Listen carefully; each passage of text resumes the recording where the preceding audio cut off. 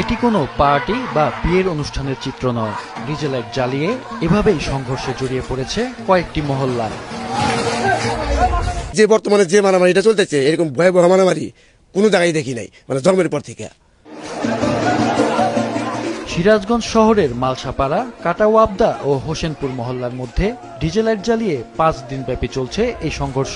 বিকেল থেকে প্রস্তুতি চলে সন্ধ্যার পর থেকে শুরু হয় এই অভিনব সংঘর্ষ, চলে ভোর পর্যন্ত।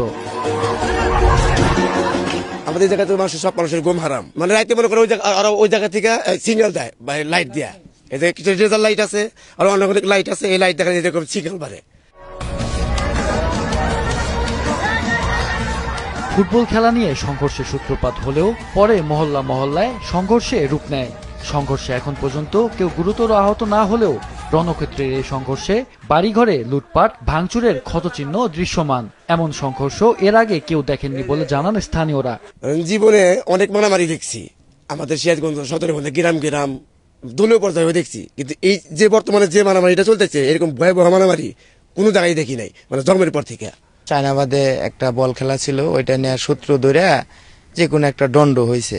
যখন লোকজন যায় লুট করতেছে, ভাঙচুর করতেছে, তারা ঠেকানোর জন্য এগিয়ে গেছে। যাওয়ার পরে তো আজকে 5 দিন 6 দিন ধরে এই অবস্থা।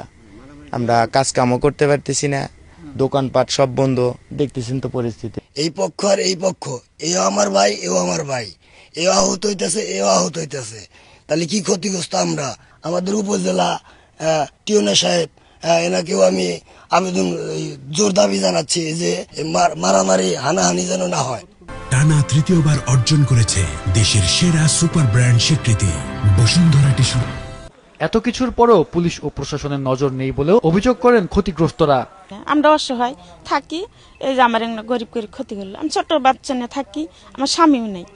এত বাসায় কাজ করে খাইয়ে জিংনা করে নিয়ে গেছে। আমার ঘরে টাং মাং যা ছিল লুটপাট করছে। আর সোনার গয়না ছিল, 10,000 টাকা ছিল, আর টাঙ্গার মধ্যে যত কাপড় চোপড় ছিল পাল্লা সব কিছু নিয়ে গেছে। যে আমি পানি খাম হে গেলাসটা আমার ঘরে নেই।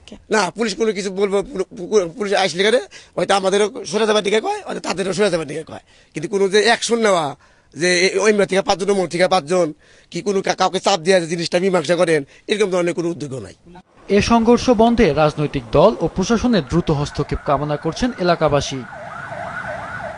মাহফুজুল হাসান, মাছরাঙা নিউজ ডেস্ক।